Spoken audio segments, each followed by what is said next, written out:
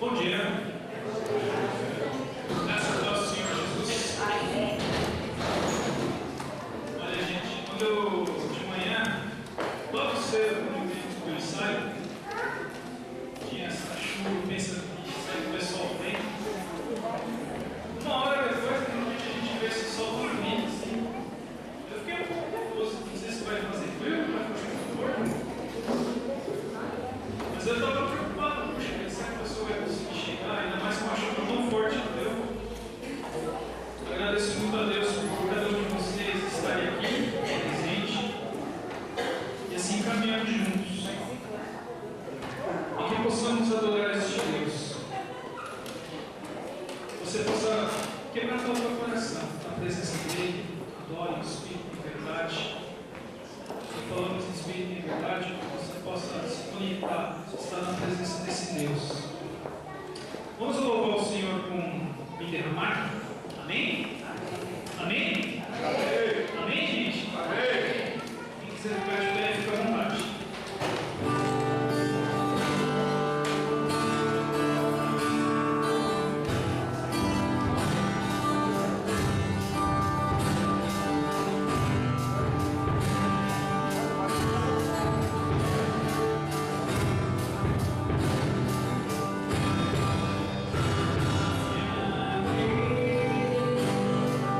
Oh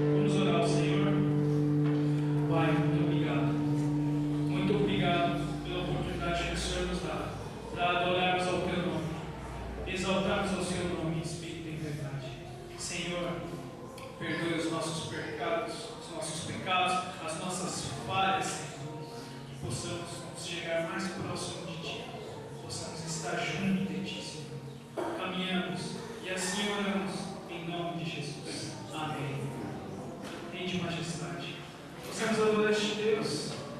Ame, louve ao Senhor. Porque Deus te ama.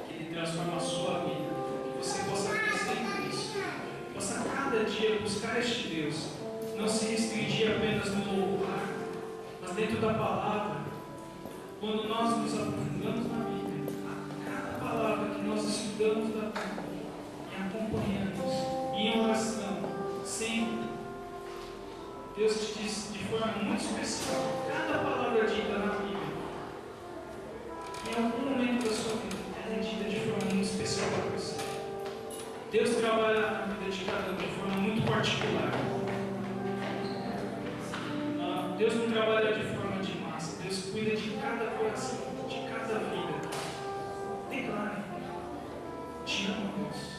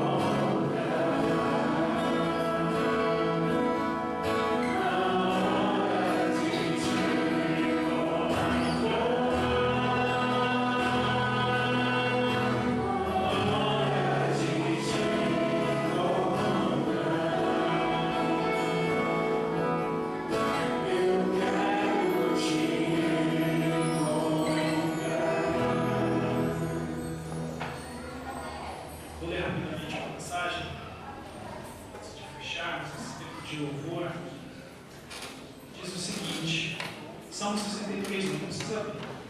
Ó Deus, Tu és o meu Deus forte, eu te busco ansiosamente.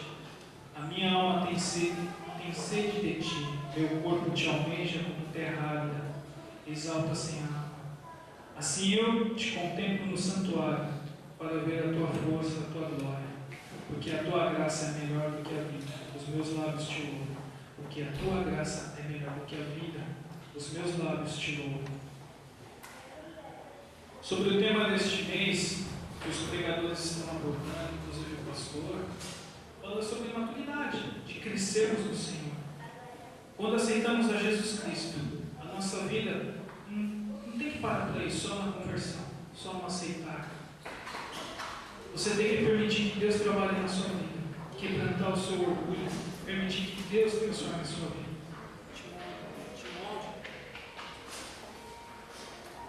Te molde de forma muito especial. Transforme a sua vida. Permita que Deus molde a sua vida e transforme. Porque Deus te ama. Deus te ama. Caminha pela fé. O mundo pode te propor muita coisa boa a princípio. Mas quando caminhamos pela graça, mesmo no sofrer, é melhor que a própria vida, é melhor que o próprio mundo, que tem tudo que você pode imaginar, que Ele pode te oferecer de prazer. Mas não deixe de buscar este Deus. Você tem que ser uma pessoa decidida, buscar, não, eu quero continuar, eu quero seguir este Deus, eu quero estudar a palavra, eu quero buscar cada vez mais. E quanto mais você busca, mais você louva este Deus. Sabe por quê? Porque este Deus é poderoso. Este Deus é poderoso e não falhará. Amém? Amém? Amém. Gente, amém? Amém. Amém. Adoro este Deus.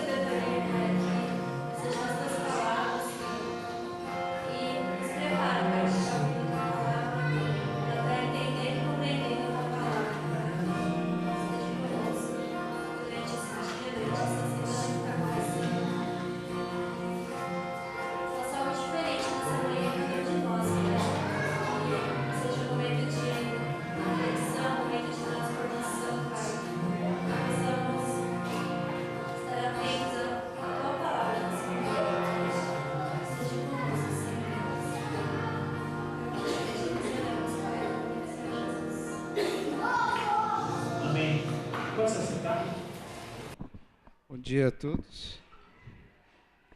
Sejam todos bem-vindos. Eu acho que se pudéssemos, nós ficávamos a manhã toda cantando. Estava muito gostoso. Era bom a gente poder cantar, louvar o Senhor e falar da grandeza dEle, do poder dEle, de como Ele cuida das nossas vidas, de como Ele cuida de cada um de nós. Como a Karina orou, que seja um momento de transformação, né? Seja um momento que a palavra dEle toque dentro de cada um de nós e a gente possa, cada dia, alcançar mais a semelhança do nosso Deus Criador. Amém? Vamos fazer mais uma oração? Senhor nosso Deus, nós te louvamos e eu te louvo por cada um que está aqui, Pai. Agradeço porque o Senhor me dá essa oportunidade, a bênção de estar aqui também, trazendo a Tua palavra, ministrando a Tua palavra.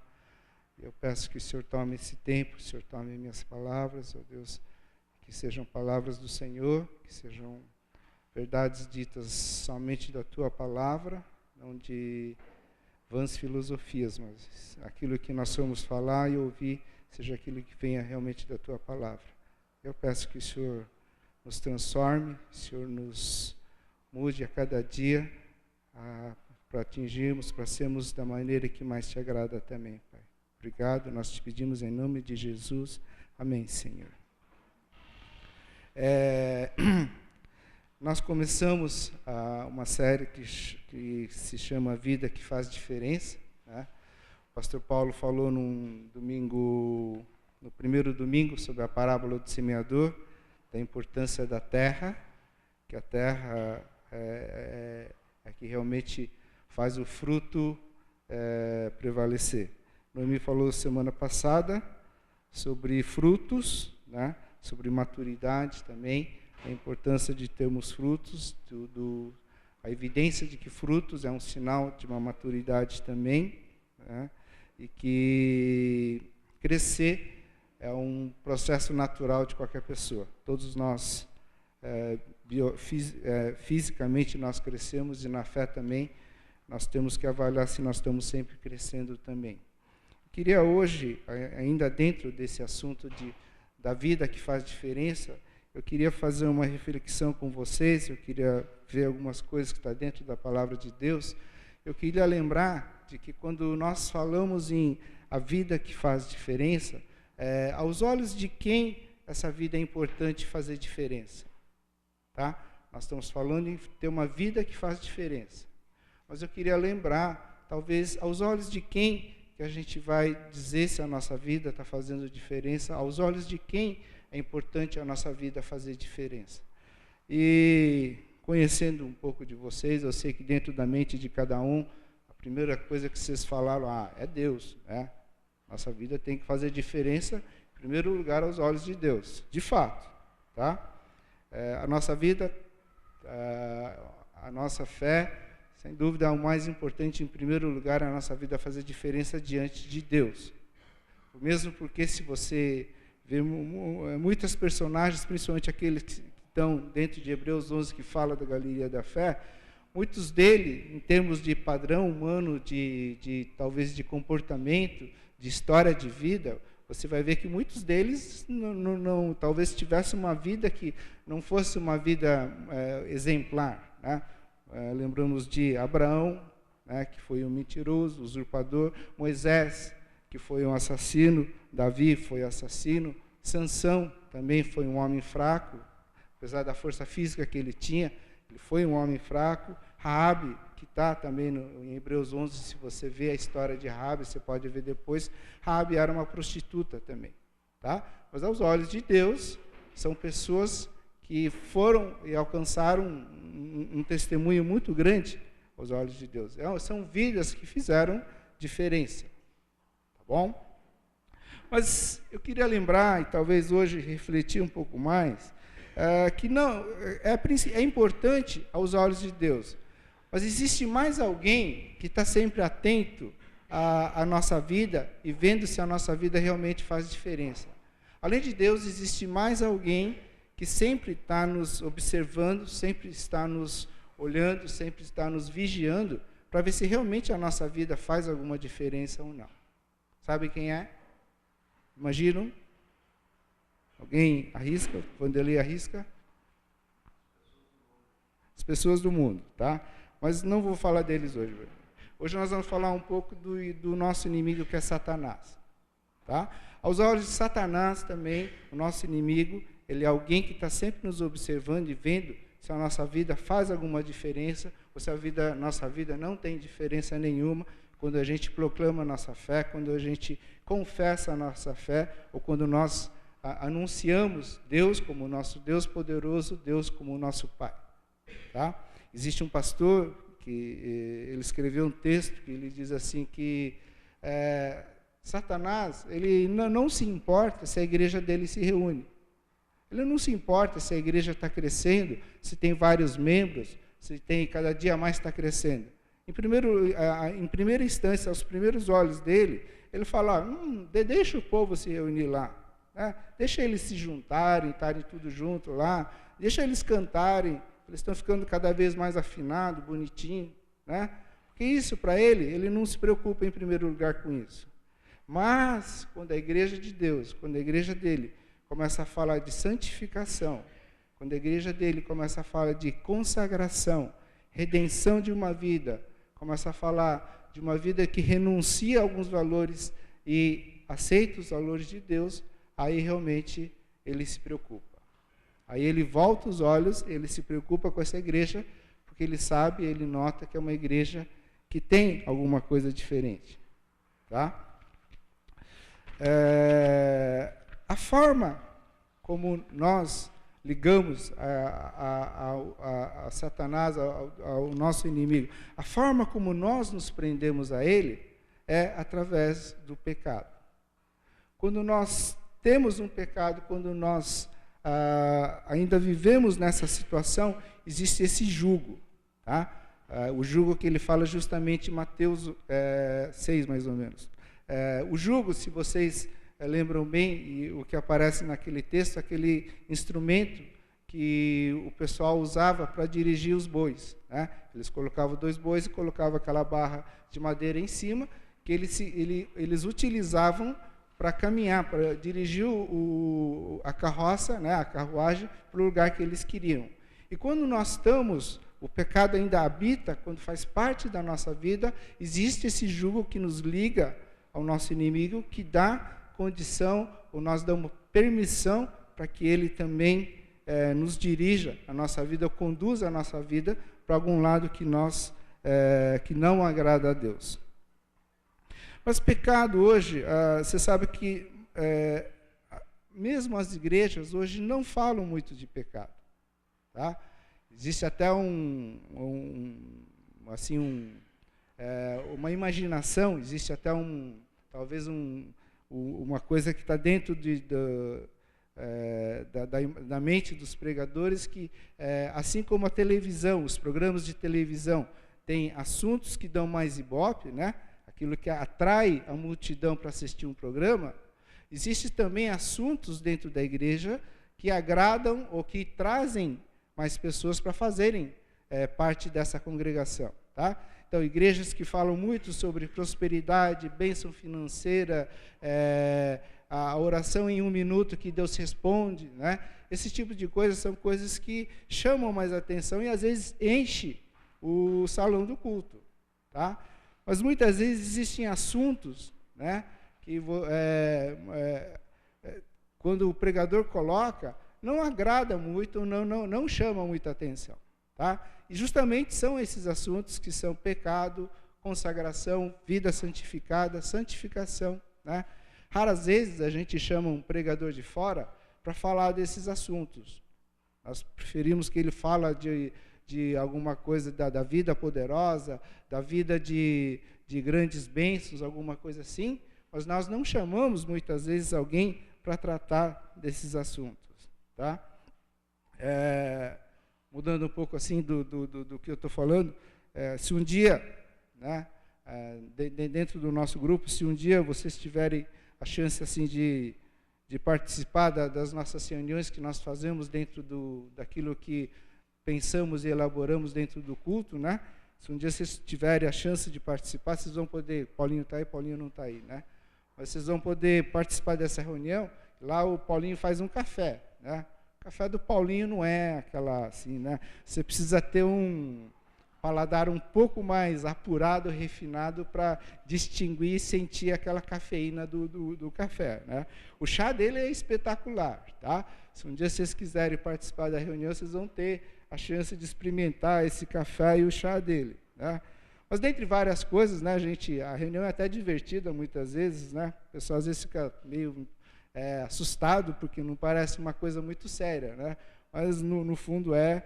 E quando nós fazemos essa reunião, o Vanderlei que está aqui, ele é a pessoa que mais defende que as igrejas hoje têm que tratar de alguns assuntos básicos, né? O Vanderlei bate pé e fala, a gente tem que falar de pecado, tem que falar de consagração, de santificação, de uma vida redimida, uma vida que se transforma, né? A gente tem que tratar muitas vezes desses assuntos que nós não falamos. Então, o pecado é uma coisa que as igrejas também não falam muito. Para minha curiosidade também, quando eu fui tratar desse assunto, quando eu fui pesquisar, não tem muito material. Por incrível que pareça, né? Eu achei um pouco difícil achar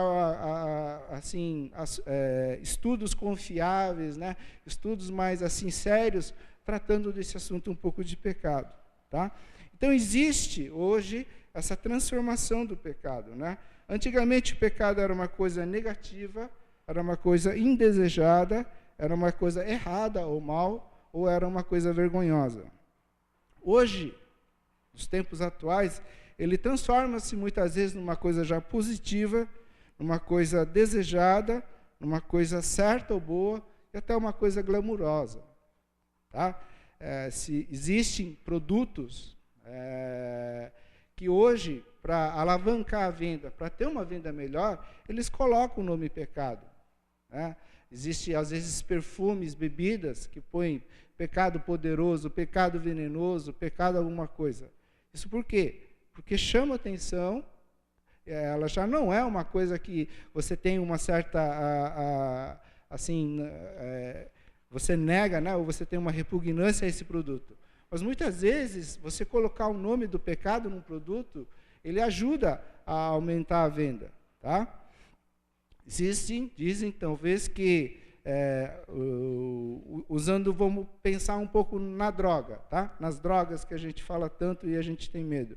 Há um tempo atrás, né, ele era reprimido, ele era tolerado, depois ele passou a ser tolerado, depois de um certo tempo ele passou a ser permitido, né? Depois também de um certo tempo ele passa a ser estimulado e talvez um dia passe a ser obrigatório também. Então, só para a gente pensar um pouco como essa ideia, esse conceito de pecado, ele muda, tem mudado ao longo dos tempos, e de uma certa forma isso também tem infiltrado no nosso meio também, né? Existem coisas, talvez, que antes nós considerávamos reprimido, depois ele foi tolerado, né? Falar, deixa, tal, é só um só. Depois ele foi permitido, né? Podia fazer parte da igreja, ele foi depois estimulado, e hoje a gente vê que algumas coisas que nós consideramos pecado, ele se torna obrigatório também. Tá? Mas, se a gente vê dentro da palavra de Deus, se a gente vê na Bíblia, a Bíblia mostra principalmente que a principal razão que Jesus veio e morreu, Jesus morreu pelos nossos pecados.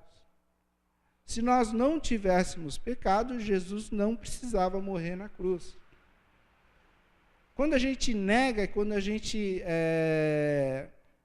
tem essa tolerância com o pecado, quando a gente aceita ele, a gente se torna permissivo a ele, de uma certa forma você está falando, aquilo que Jesus fez na cruz é quase insignificante. Né? A obra de Jesus na cruz não faz sentido. Entendeu? Quando você aceita que o pecado é permitido, é permissível na sua vida. Por quê? Porque Jesus morreu na cruz pelos nossos pecados.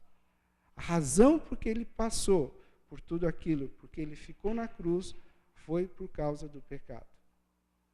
Então, a igreja de Deus, a igreja do nosso Senhor Jesus Cristo, é uma igreja que reconhece e entende a obra que ele fez na cruz.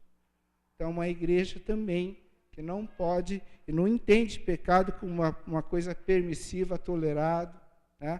Alguma coisa que pode fazer parte dentro da vida da fé que nós temos. Algumas verdades sobre o pecado. Nós não vamos esmiuçar, significar o sentido, procurar vários textos sobre isso, tá? Mas algumas coisas que nós temos que saber quando nós falamos em pecado. Nós não vamos fazer uma lista aqui daquilo que pode e do que não pode, tá? A ideia não é essa. Mas eu queria que vocês entendessem que quando a gente fala de pecado, pecado significa basicamente que nós erramos o alvo. Imagine um alvo lá na frente, né? Com aqueles círculos concêntricos e que você tem que acertar no menor ponto lá dentro, tá? Quando a gente fala que nós pecamos, nós estamos falando que nós erramos o alvo. Nós erramos o alvo que nós tínhamos de que a nossa vida era uma vida que deveria agradar a Deus e, por outro lado, nós estamos fazendo uma coisa que vai contra a esse sentido. Outra coisa, o pecado, ele nos afasta de Deus. Tá? Não é que o pecado nos aproxima, não é que o pecado agrada a Deus. Ele afasta a Deus. E o pecado também, ele degenera a humanidade. Por mais que as pessoas pensem que ele vai fazer bem, que ele vai ajudar, que ele vai trazer algum benefício interno, psicológico dentro da pessoa, não. O pecado, isso não é só em relação à igreja de Deus, mas em relação a qualquer ser humano. O pecado, ele degenera a nossa humanidade. E também o pecado nos torna piores e não melhores. O pecado não nos vai fazer sentir melhor, mas ele vai nos fazer sentir pior. Tá? Eu queria ler com vocês um texto que eu já li uma vez, na última vez que falei aqui, Atos capítulo 8. Abra sua Bíblia, Atos capítulo 8. Mateus, Marcos, Lucas, João, Atos, depois dos 4 evangelhos, o livro de Atos. Nós vamos ver do versículo 4 ao versículo 24. Atos capítulo 4, do versículo... Atos capítulo 8, do versículo 4 ao versículo 24. Ele diz assim: os que haviam sido dispersos pregavam a palavra por onde quer que fossem. Indo Filipe para uma cidade de Samaria, ali lhes anunciava o Cristo. Quando a multidão ouviu Filipe e viu os sinais milagrosos que ele realizava, deu unânime atenção ao que ele dizia. Os espíritos imundos saíam de muitos, dando gritos, e muitos paralíticos e mancos foram curados. Assim houve grande alegria naquela cidade. Um homem chamado Simão vinha praticando feitiçaria durante algum tempo naquela cidade, impressionando todo o povo de Samaria. Ele se dizia muito importante. E todo o povo, do mais simples ao mais rico, dava-lhe atenção e exclamava: este homem é o poder divino, conhecido como grande poder. Eles o seguiam, pois ele os havia iludido com sua mágica durante muito tempo. No entanto, quando Filipe lhes pregou as boas novas do reino de Deus e do nome de Jesus Cristo, creram nele e foram batizados tanto os homens como mulheres. O próprio Simão também creu e foi batizado e seguia Filipe por toda parte, observando maravilhado os grandes sinais e milagres que eram realizados. Os apóstolos em Jerusalém, ouvindo que Samaria havia aceitado a palavra de Deus, enviaram para lá Pedro e João. Estes, ao chegarem, oraram para que eles recebessem o Espírito Santo, pois o Espírito ainda não havia descido sobre nenhum deles. Tinham apenas sido batizados em nome do Senhor Jesus. Então Pedro e João lhes impuseram as mãos e eles receberam o Espírito Santo. Vendo Simão que o Espírito era dado com a imposição das mãos dos apóstolos, ofereceu-lhes dinheiro e disse: Dê-me também este poder, para que a pessoa sobre quem eu puser as mãos receba o Espírito Santo. Pedro respondeu: Pereça com você o seu dinheiro. Você pensa que pode comprar o dom de Deus com dinheiro? Você não tem parte nem direito algum nesse ministério, porque o seu coração não é reto diante de Deus. Arrependa-se dessa maldade e ore ao Senhor. Talvez Ele lhe perdoe tal pensamento do seu coração, pois vejo que você está cheio de amargura e preso pelo pecado. Simão, porém, respondeu: Orem vocês ao Senhor por mim, para que não me aconteça nada do que vocês disseram. Algumas coisas que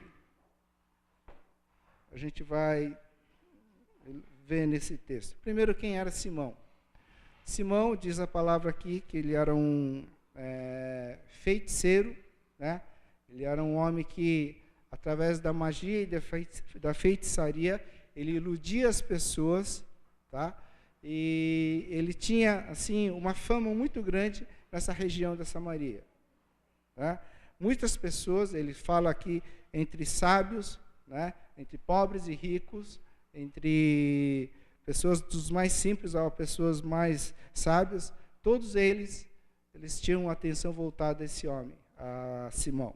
Tá? E todos queriam se aproximar dele, queriam ver alguma coisa que ele tinha a falar, alguma coisa que tinha a mostrar àquele povo de Samaria. Aconteceu que Filipe, ele foi a essa região, ele pregou, anunciou o evangelho, e diz a palavra que Simão creu nessa palavra e ele é batizado também. Tá? Agora, a partir daí, algumas coisas que a gente precisa esclarecer para não dar confusão, porque existe uma teologia que se chama a teologia da segunda bênção, a teologia do segundo batismo, alguma coisa assim, que algumas vezes eles se baseiam nessa passagem da história de Filipe. Tá? Se você participou da classe do Zé Antônio e da Raquel, dessa classe de primeiros passos, né? Com certeza, tá? Você ouviu e você entendeu que quando você crê, confessa Jesus, ao mesmo tempo o Espírito Santo faz parte da sua vida. Tá? Isso está em Efésios 1, capítulo 13, quando diz: quando vocês ouviram e creram na palavra da verdade, o evangelho que os salvou, vocês foram selados em Cristo com o Espírito Santo da promessa. A palavra de Deus deixa bem claro que quando você confessa Jesus como Salvador, tá? No mesmo instante, no mesmo momento, você é selado com o Espírito Santo da promessa.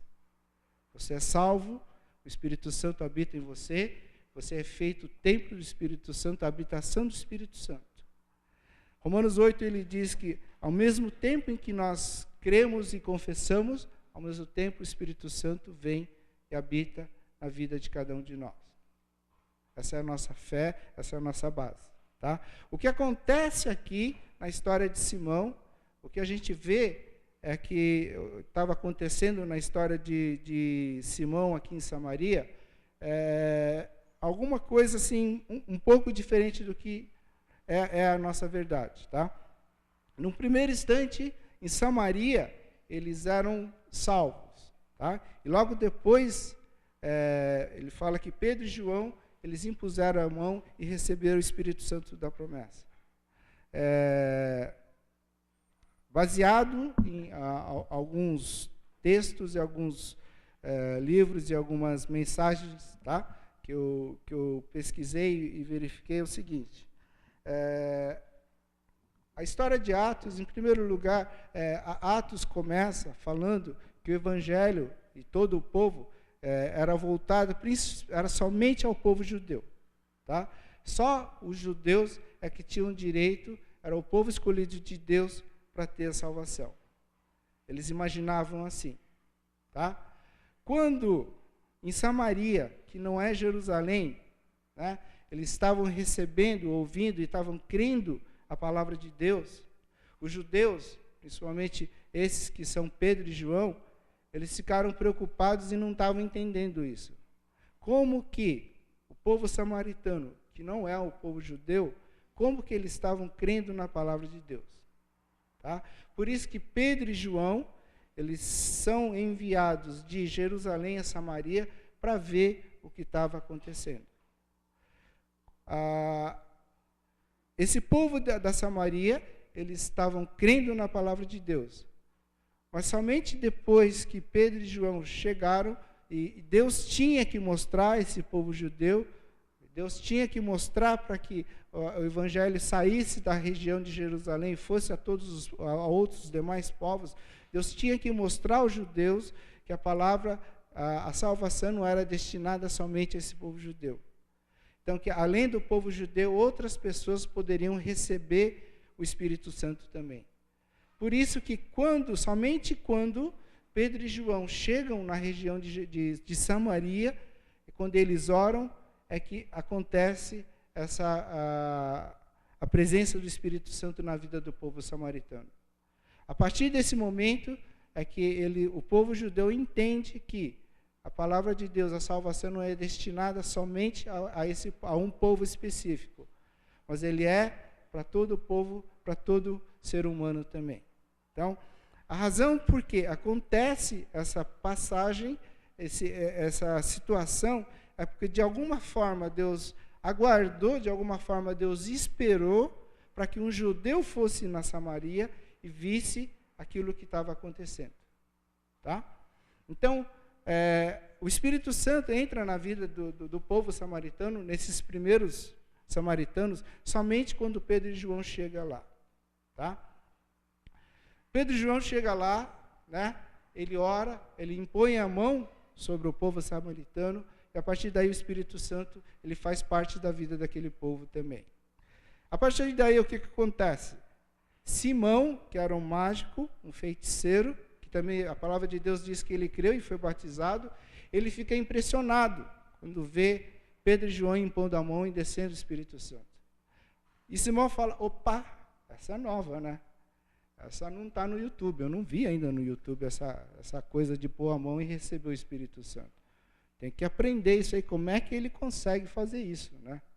E o que Simão faz?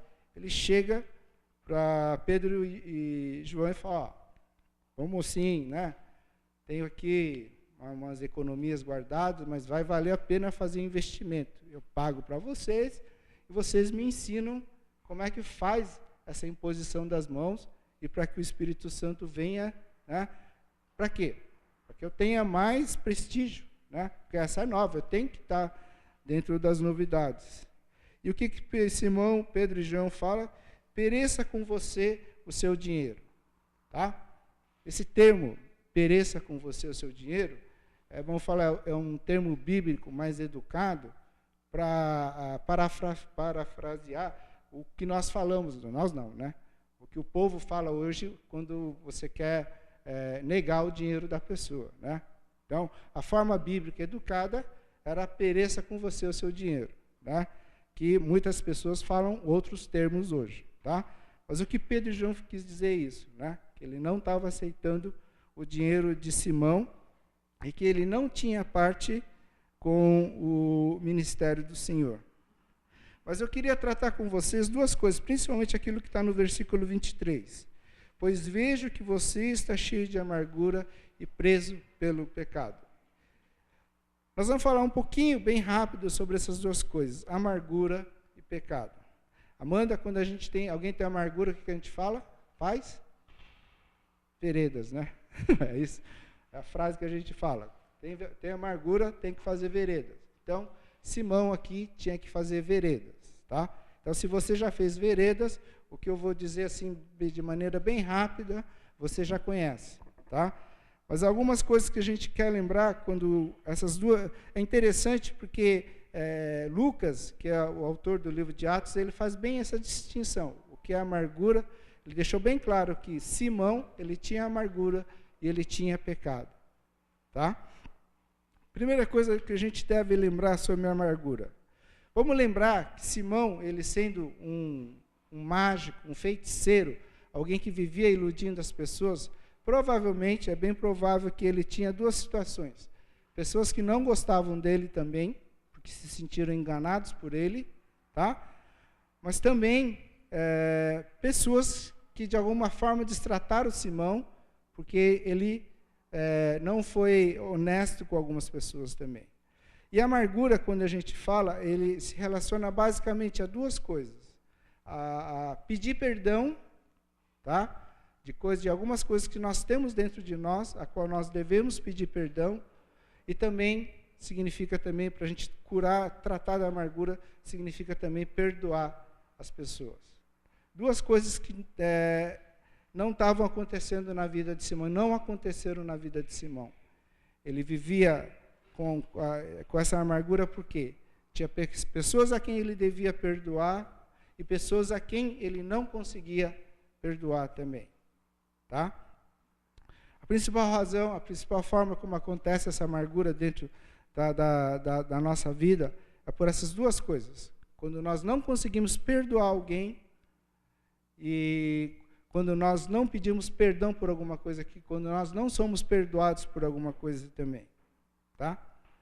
Para não ficar muito complicado, para não ficar muito assim, sem vocês entenderem, eu vou fazer um exemplo um pouquinho mais, tentar dar um exemplo um pouquinho mais claro do que pode acontecer. Há um tempo atrás, né, isso, não sei quando, um dia eu imagino que muitos de vocês passaram por essa situação, tá? Eu vou usar só uma ilustração para vocês. Você está numa via, eu estava numa rua assim, e de repente eu vi atrás, né, eu vi pelo retrovisor, tipo assim, 6 ou 8 motoboys vindo em minha direção. Né? Você está numa via e de repente o sinal abriu tal e aparece 6 ou 8 motoboys atrás de mim. Eu não lembro porquê, eu tinha que desviar para a direita, sabe? Não tinha, alguma coisa eu tinha que fazer, eu não lembro o detalhe. Eu tinha que tirar o carro e tinha que desviar para a direita, né? Aí eu falei, vou dar a seta e seja o que Deus quiser, porque não tenho, eu tenho que sair para a direita. Aí dei a seta, alguns escaparam para a esquerda, né? E alguns infelizes assim, eles foram para a direita. Tá? Mas eu vou deixar bem claro, eu não lembro porquê, mas não era a minha culpa, tá? Não vão me falar, volta lá, né, mudando a história lá. Mas realmente eu não lembro. Mas eu lembro que eu dei a seta e falei, eu vou sinalizar porque eu tenho que ir para a direita, não tem jeito. Né? E os que passaram pela esquerda foi tudo bem, os que passaram para a direita já começam a fazer aquele sinal, já olha para você com aquela cara lá, né? Já fica encarando você e tal. Né? Tudo bem, acontece isso e eu imagino que com você algum dia ou em algum momento deve ter acontecido alguma coisa assim também. Tá? Acontece duas coisas quando a gente passa por uma situação desse tipo ou semelhante a esse também. Aqueles que foram para a esquerda, tudo bem, né? Graças a Deus deu tudo certo. Para aqueles que passaram pela minha direita e você olhou, né? De alguma forma você já começa dentro de você pensar, pô, eu dei a seta aqui, pô. Você que é ruim de volante, você não percebeu aí e tal, né? E às vezes cria, dependendo assim do calor da discussão que às vezes que você tem, isso às vezes cria assim uma coisa assim que você tem vontade, às vezes, assim, de revidar essa atitude deles. Tá? Duas coisas que a gente tem que entender. Primeiro, se você nunca pegou o carro e derrubou o cara, né? Não foi com o cara e tentou vingar dele, não foi em cima dele, você não fez nada de semelhante a isso, graças a Deus, nunca façam. Né? Então, a primeira coisa, a qualquer sentimento de raiva ou de amargura que você tem com esses motoboys, tá? Deixa bem claro que não tenho nada contra o motoboy aqui, né? Senão vai aparecer lá depois, lá tal, tá? Mas, primeira coisa, se você não fez nada, alguma coisa que prejudicasse alguém, existe uma coisa que é entre você e Deus só, tá? Se você não derrubou, você não prejudicou, você não fez dano material a ninguém, a primeira coisa que você tem que resolver é entre você e Deus, tá? É importante, né? A gente sempre tem que entender, e se você fez veredas, você vai lembrar disso, que a gente libera o perdão. Porque você nunca vai esperar, tá? Que o motoboy venha para você e falar, desculpa, tal, né? Isso nunca vai acontecer, tá? Mas de alguma forma, aquilo que cabe a você, e por isso que é entre você e Deus, a gente de alguma forma tem que perdoar aquilo que aconteceu. Isso se chama liberar perdão, isso se chama se livrar de amarguras. tá? Quando você vai numa loja, você vai em qualquer estabelecimento comercial, né? Você é mal atendido, tá? Por alguma razão, não sei o que aconteceu, a pessoa não deu bola para você.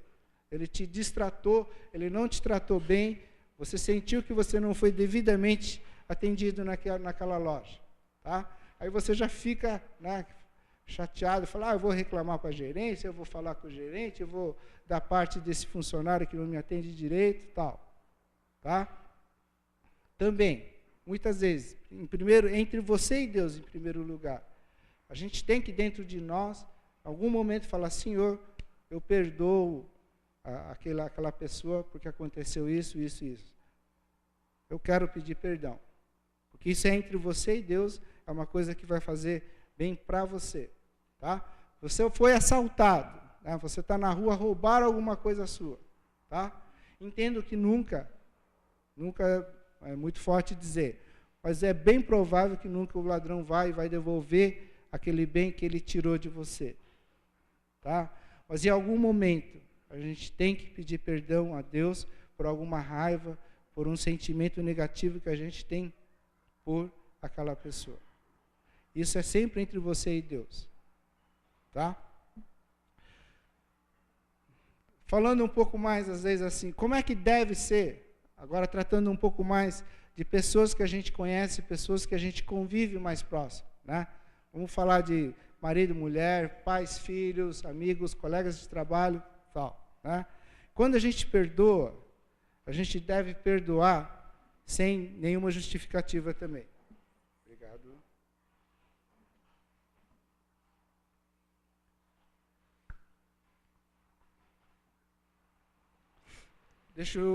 Existe hoje uma coisa, uma tendência muito grande de fazer a gente não se sentir culpado por nada. Tá? Existem vários, se você procurar, tem várias coisas que falam, livre-se da culpa, né?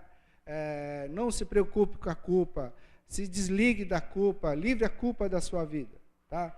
De alguma forma, eles tentam mostrar que você não é culpado, que não existe culpa. Culpa é um problema psicológico que só vai fazer mal para você. Então você deve desconsiderar a culpa, você deve esquecer a culpa, negligenciar, ignorar a culpa. Mas não é isso que a palavra de Deus fala.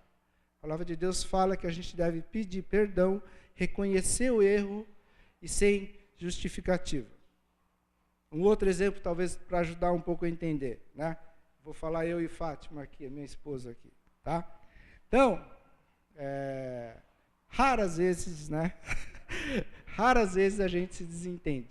Não, algumas vezes a gente se desentende aí, né? A maioria das vezes eu vou deixar bem claro que a culpa é minha, tá? Não é culpa dela, não, tá?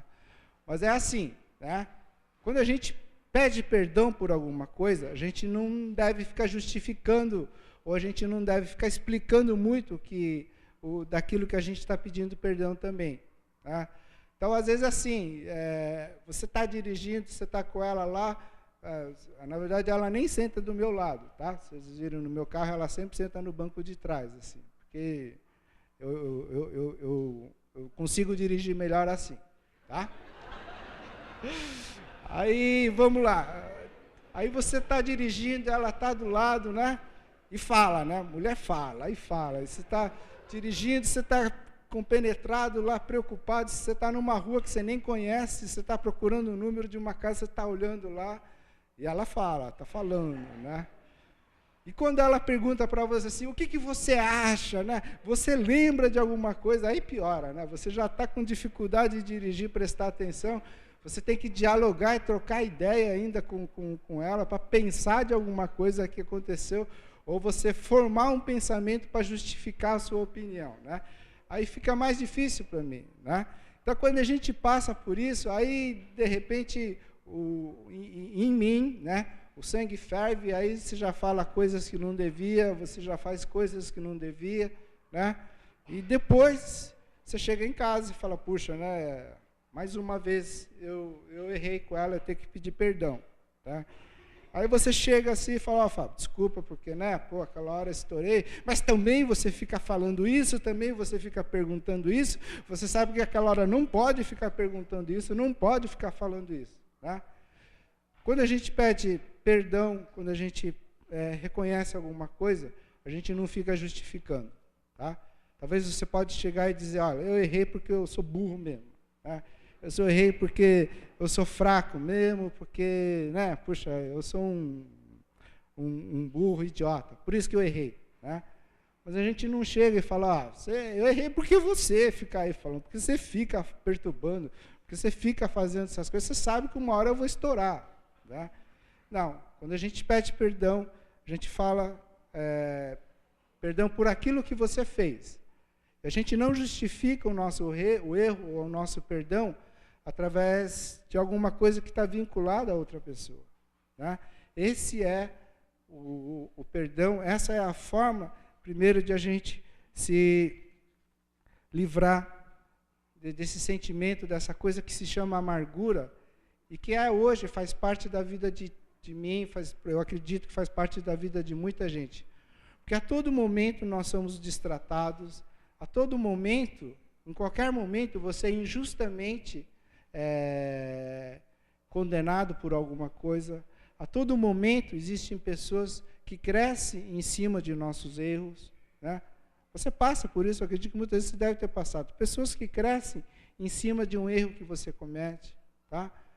Mas essas coisas a gente não trata, não coloca diante de Deus. Primeiro, pedir perdão por alguma coisa que você sentiu.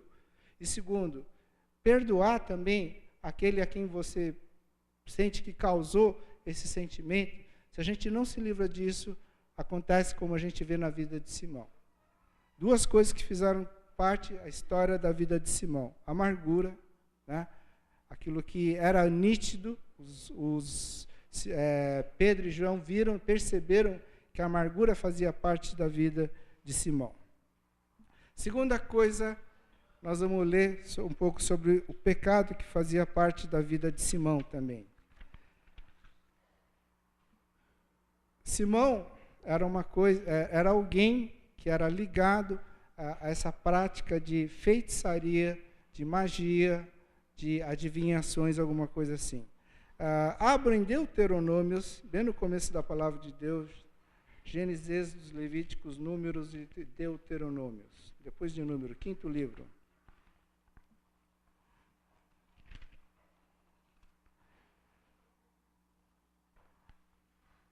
Deuteronômios, capítulo 18. Gênesis, Êxodos, Levíticos, Números e Deuteronômios.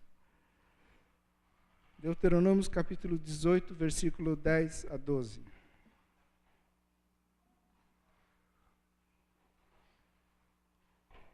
Ele diz assim: Não permita que se ache alguém entre vocês que queime em sacrifício o seu filho ou a sua filha, que pratique adivinhação, ou se dedique à magia, ou faça presságios, ou pratique feitiçarias, ou faça encantamentos, que seja médium, consulte os espíritos, ou consulte os mortos. O Senhor tem repugnância por quem pratica essas coisas. É por causa dessas abominações que o Senhor, o seu Deus, vai expulsar aquelas nações da presença de vocês. Repetindo, não permitam que se ache alguém entre vocês que queime em sacrifício o seu filho ou a sua filha, que pratique adivinhação, ou se dedique à magia, ou faça presságios, ou pratique feitiçaria, ou faça encantamentos, que seja médium, consulte os espíritos ou consulte os mortos. O Senhor tem repugnância por quem pratica essas coisas. É bem claro o que Deus diz aqui. Deus tem repugnância, Deus quer que cada um de nós fiquemos longe disso. Vamos entender também algumas coisas. Primeiro, Deus reconhece essas forças do mal. Tá? Não é que Deus ignora ou Deus não reconhece. Deus reconhece essas forças do mal. Existem forças que atuam sobre nossas vidas, mas essas forças não estão ligadas a Deus. Forças que imitam o poder de Deus, mas não é de Deus. Existem forças que atuam sobre nossas vidas, mas essas forças não estão ligadas a Deus. Forças que imitam o poder de Deus, mas não é de Deus. Deus não tem e não tem nenhuma relação com nenhuma manipulação. Deus não faz manipulações, Deus não engana, Deus não ilude, Deus não se liga a nenhuma prática desse tipo. A palavra de Deus fala, Deus tem repugnância contra essas coisas. O que Deus está falando, se afaste de tudo isso. Você vai querer evangelizar, você vai querer falar de Cristo, a palavra de Deus fala, não, você não tem condições. Não se ligue, se afaste dessas coisas. Porque existem forças do mal que não são que agem, atuam sobre nossas vidas, mas não estão ligadas a Deus.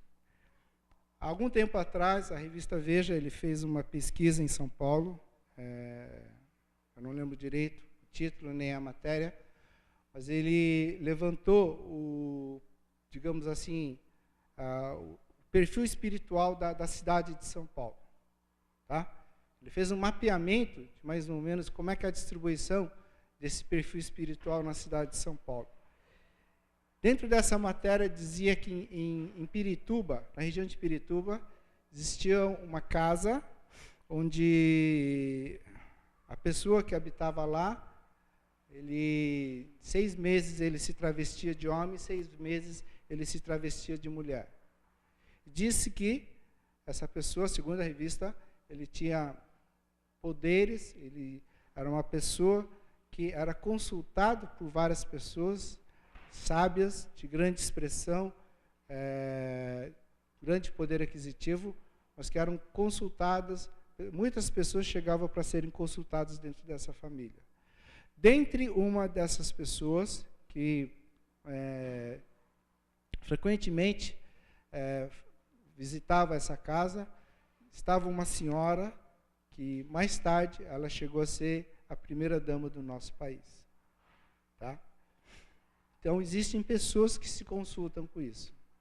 Existem pessoas que se ligam ao mal para obterem vantagens, para obterem prestígios, para obterem alguma forma de retorno financeiro ou social em função dessas consultas.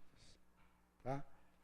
Se a gente for perguntar, talvez você saiba de muito mais pessoas também que se ligam ou se envolvem com esse tipo de prática. A palavra de Deus diz bem claro, não ligue, não se envolva com essas pessoas. Afastem-se disso.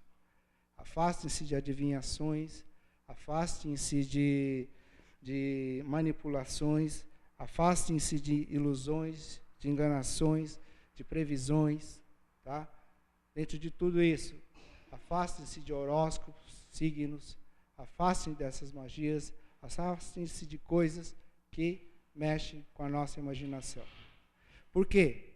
Porque tudo isso mexe com fascinação, tudo isso mexe com curiosidade, tudo isso mexe com uma coisa que liga a você, e quando você se envolve com isso, você não consegue se desprender tão fácil.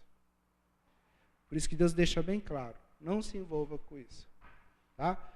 Se você acha que Deus te chamou para falar de Cristo, alguém que é praticante desse ato, né? Não vá sozinho. Procure 4, 5 pessoas, né? Ore com eles e junto, faça parte, tente se aproximar. Mas também não se envolva muito com isso. Né? Porque Deus tem repugnância. Deus quer que você não se misture com isso. Para a gente entender por que isso é tão sério, por que Deus considera isso, se a gente vê na própria história de Simão, você vê no final que Simão ele se arrepende, mas Simão você vê que ele não fez a oração.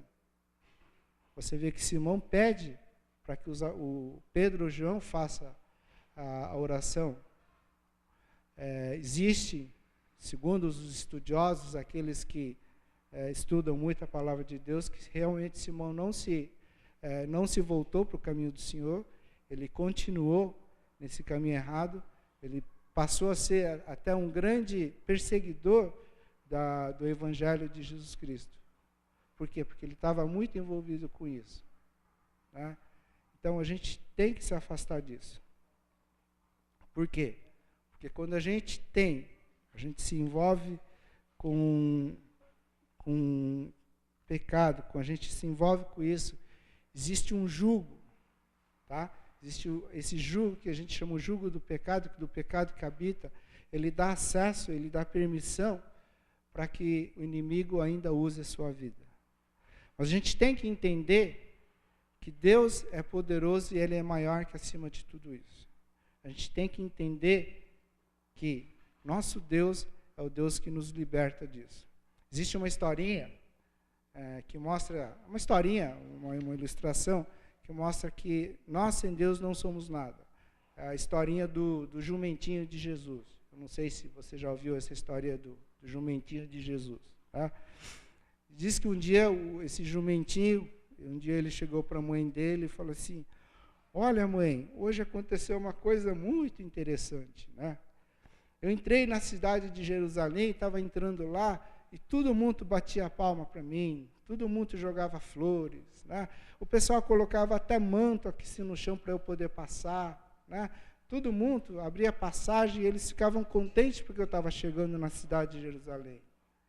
A mãe, ouvindo a história, falou: como é que é, meu filho? Então, eu estava entrando e todo mundo saía, ficava feliz, olhava para mim, sorridente, jogava coisas, flores, né?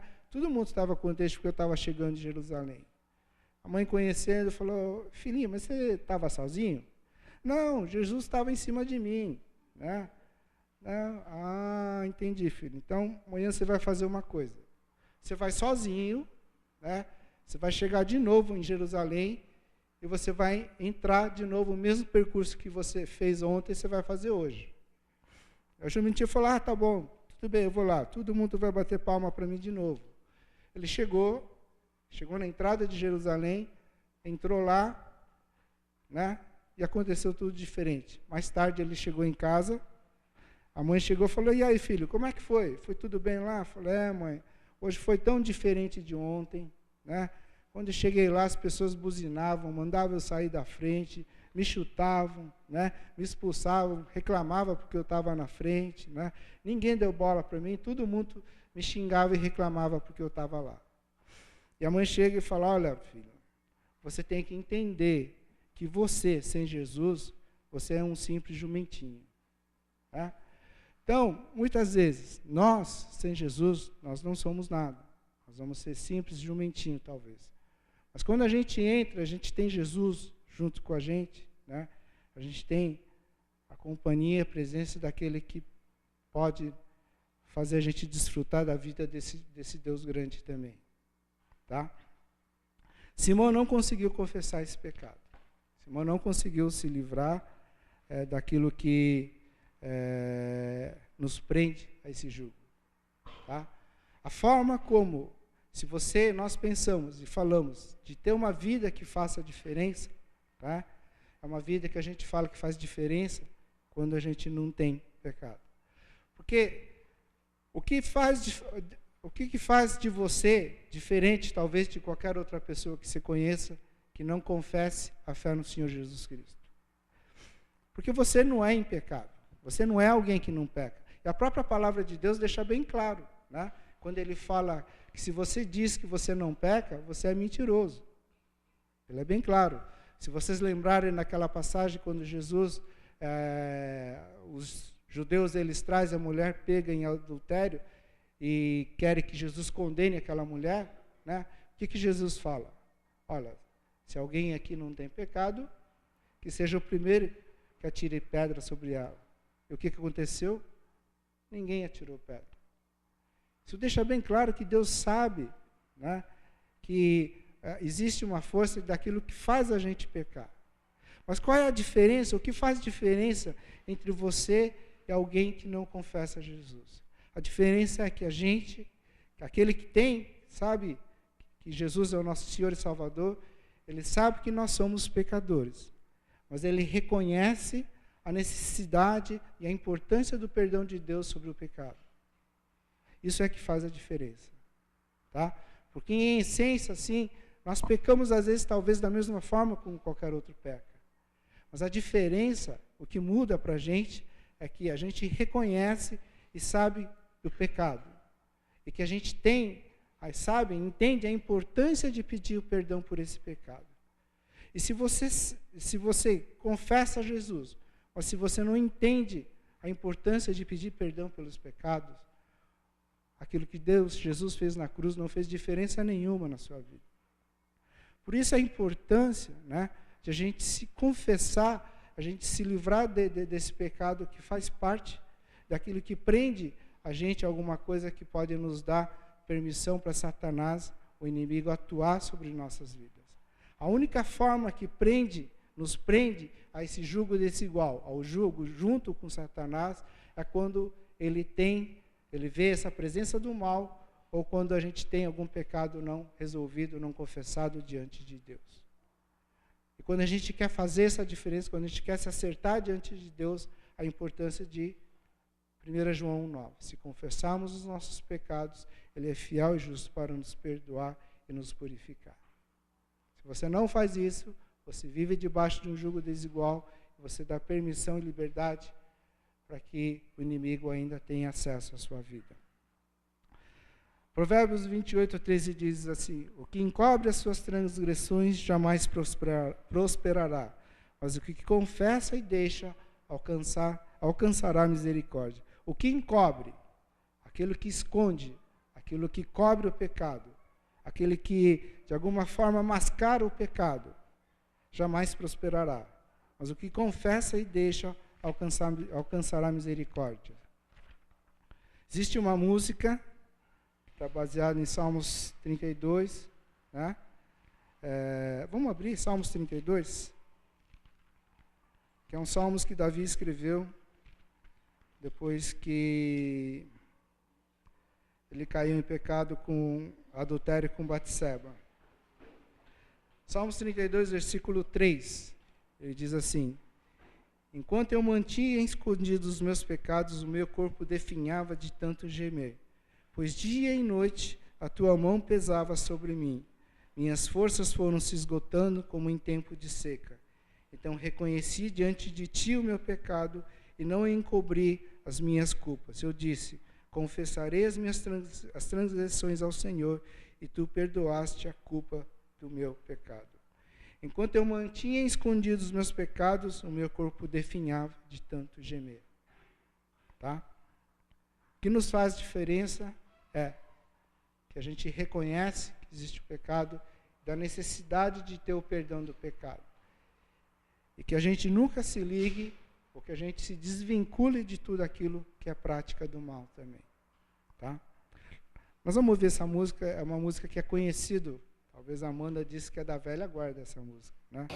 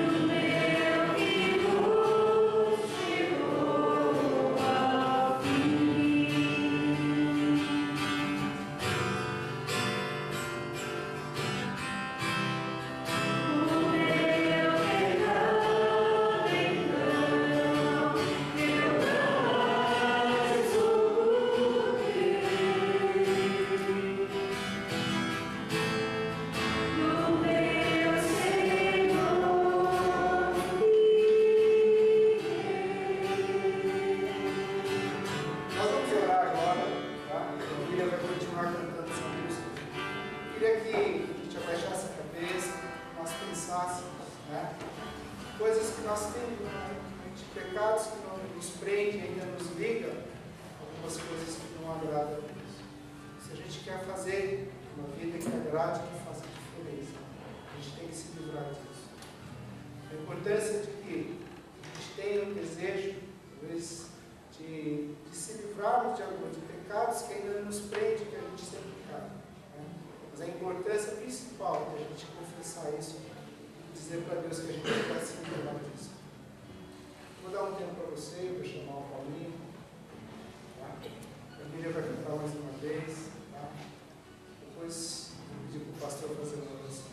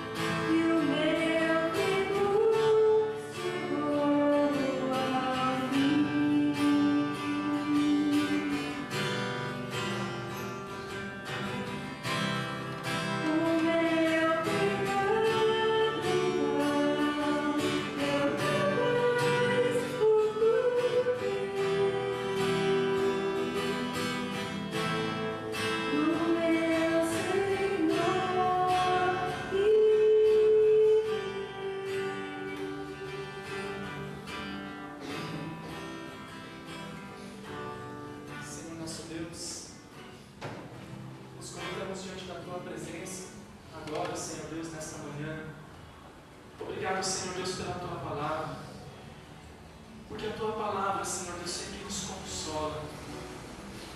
A Tua Palavra, Senhor Deus, sempre nos dá um ânimo, Senhor Deus, uma esperança, porque bem sabemos, ó Deus, que somos pecadores, que carecemos da Tua graça, da Tua glória, da Tua presença em nossas vidas.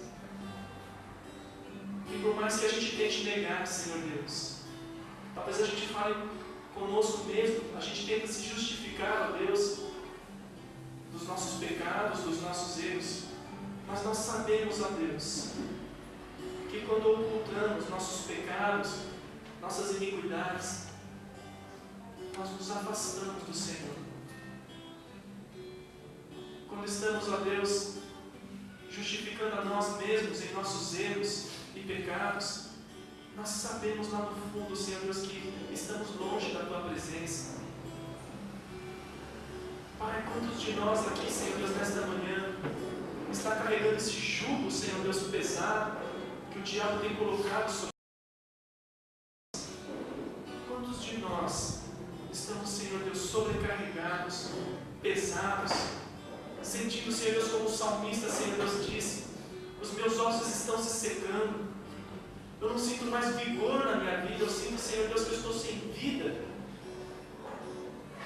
fazer coisas boas, eu tento fazer coisas agradáveis a mim mesmo, para ver se esse sentimento, essa sensação vai embora. Mas não há nada que façamos, ó Deus, que nos tire esse peso que está sobre nossos ombros. Mas aqui estamos nesta manhã, Senhor Deus, confrontados, ó Deus, pela Tua Palavra. E nós entendemos, ó Deus, que é necessário somente reconhecer. Parar de justificar, Senhor Deus, a nós mesmos, dizendo, Senhor Deus, que o nosso erro é por causa daquela pessoa, por causa desta pessoa, é por causa das atitudes de outras pessoas. Mas, ó Deus, chegou um momento que precisamos somente confessar. Confessar que nós erramos. Confessar que nós pecamos. Confessar que o erro é meu.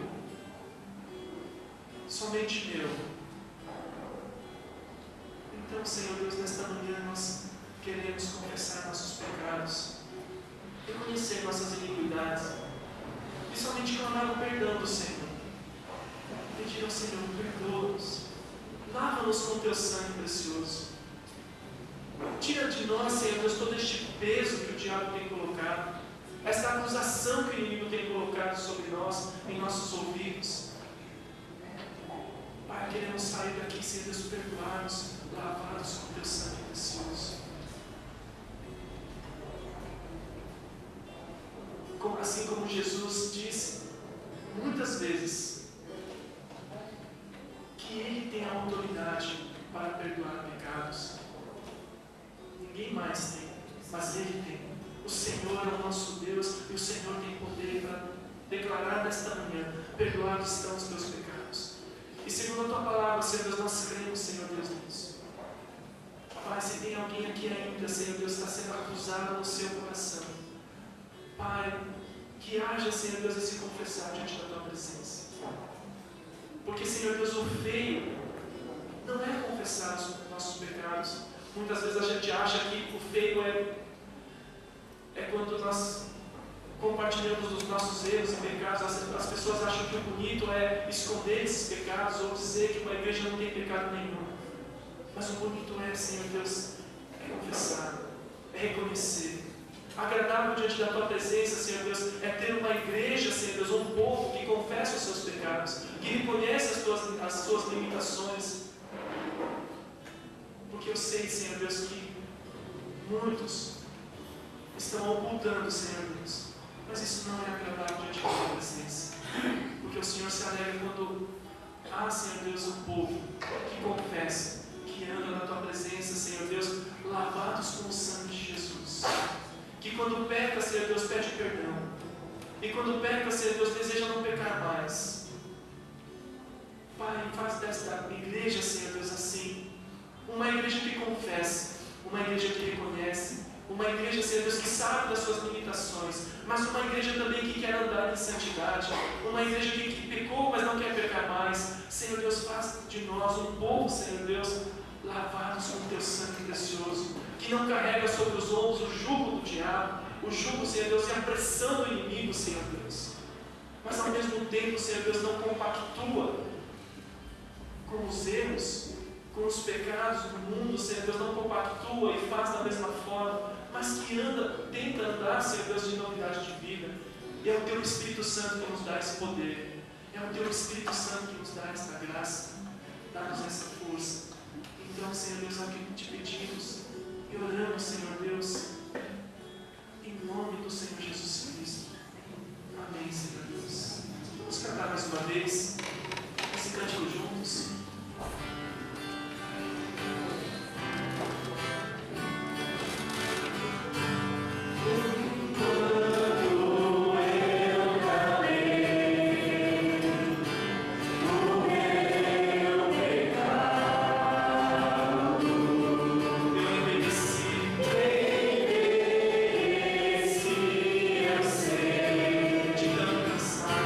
De não cansar.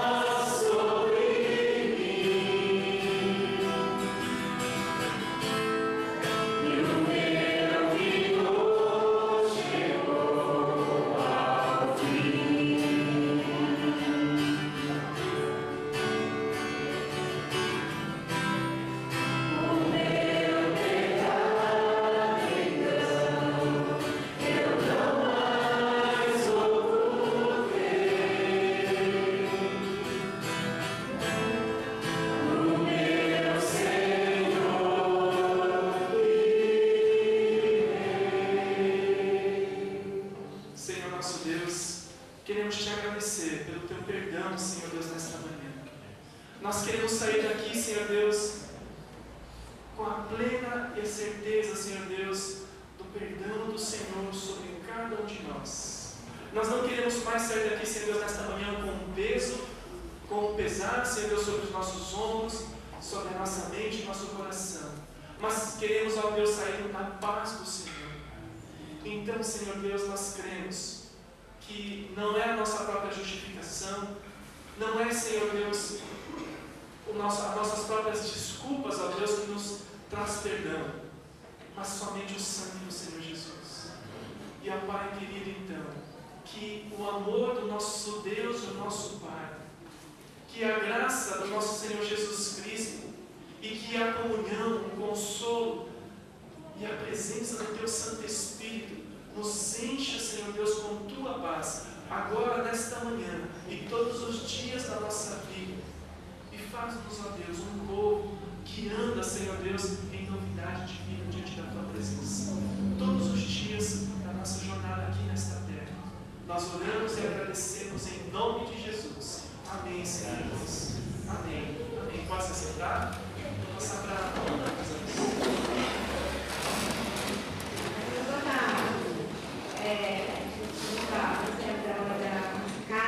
Eu só queria fazer um agradecimento, né, por aqueles que estiveram orando por mim. E, na verdade, foram mais ou menos 2 meses, né? Às vezes a gente só se encontra de domingo e a gente não sabe o que acontece na vida durante a semana. E eu passei por uma cirurgia de grande porte, né? Mas eu vi durante esse período muitas coisas, assim, sabe? Vi assim, o cuidado de Deus em coisas muito pequenas.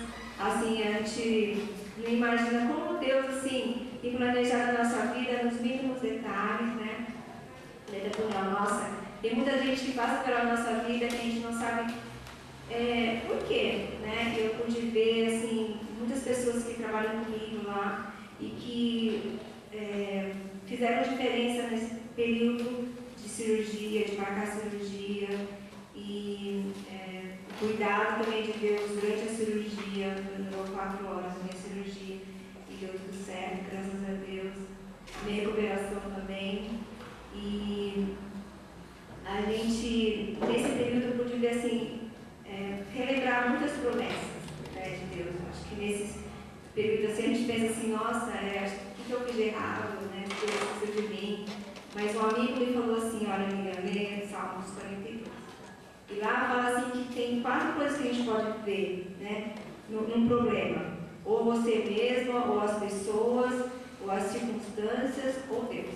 Né? E a gente não pode nunca perder o foco de saber que Deus está no controle de todas as coisas. Muitas vezes não entendemos as coisas porque temos que passar. Mas é muito bom depois a gente poder ver a vitória que podemos ter em Deus e a diferença de passarmos o problema junto com o Senhor. Né? Para alguns assim, nossa, algumas pessoas falam assim, me deu boa sorte. E nossa, se fosse depender de sorte, ia ser muito triste. Mas a gente vê que realmente a gente crê no Deus que é verdadeiro, Deus que é real. Né? Outra coisa que eu aprendi é que nós somos peregrinos aqui na terra. Né? Nós temos que fazer o nosso viver a cada dia, como daí mesmo fala. Temos que aprender a viver o nosso dia a cada dia. Né? Pensamos no futuro, sim, mas também precisamos aprender a andar com Deus a cada dia. Né? Queria agradecer mesmo ao grupo de intercessão. Assim, a gente, graças a Deus, Deus coloca dons e talentos em várias pessoas. Nós temos aqui na igreja um grupo de intercessão japonês e português, né? E acho que a gente também, muitos talvez não saibam, né? Mas gostaria simplesmente de agradecer o grupo de intercessão nesse período. Eu sei que durante todo o período da minha cirurgia tiveram pessoas orando o tempo todo. Realmente sou grata a Deus por isso. Bom dia. Gostaria de apresentar os visitantes. Hoje nós temos a Elaine, convidada da MIT, a Lívia também convidada da Bruna. Sejam todos bem-vindos, tá? Hoje o pessoal faz aula de canto, a professora de canto não vai poder vir, então hoje não haverá aula. Foram encerradas as inscrições para o curso Educando Filhos que vai ser no sábado o treinamento, né?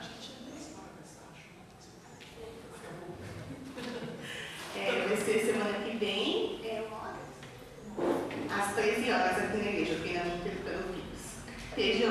Tenham um bom domingo, ali do ladinho tem um cafezinho, sejam todos abençoados.